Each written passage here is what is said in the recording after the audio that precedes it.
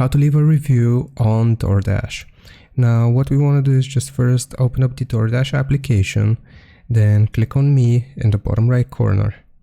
Now from here you should be able to see a section called orders, so just click on orders, and here you will be able to see all of your orders. Now I'm going to refer us to this article. It's going to look like this, and next to the order you will be able to see a button that says rate. Once we click on it, we can choose between poor, good, or great.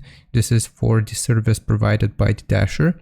And if you choose poor, for example, you can give out extra information here for the Dasher. So if he was unprofessional, if he was late, or instructions were not followed, you can type out all of the needed information here.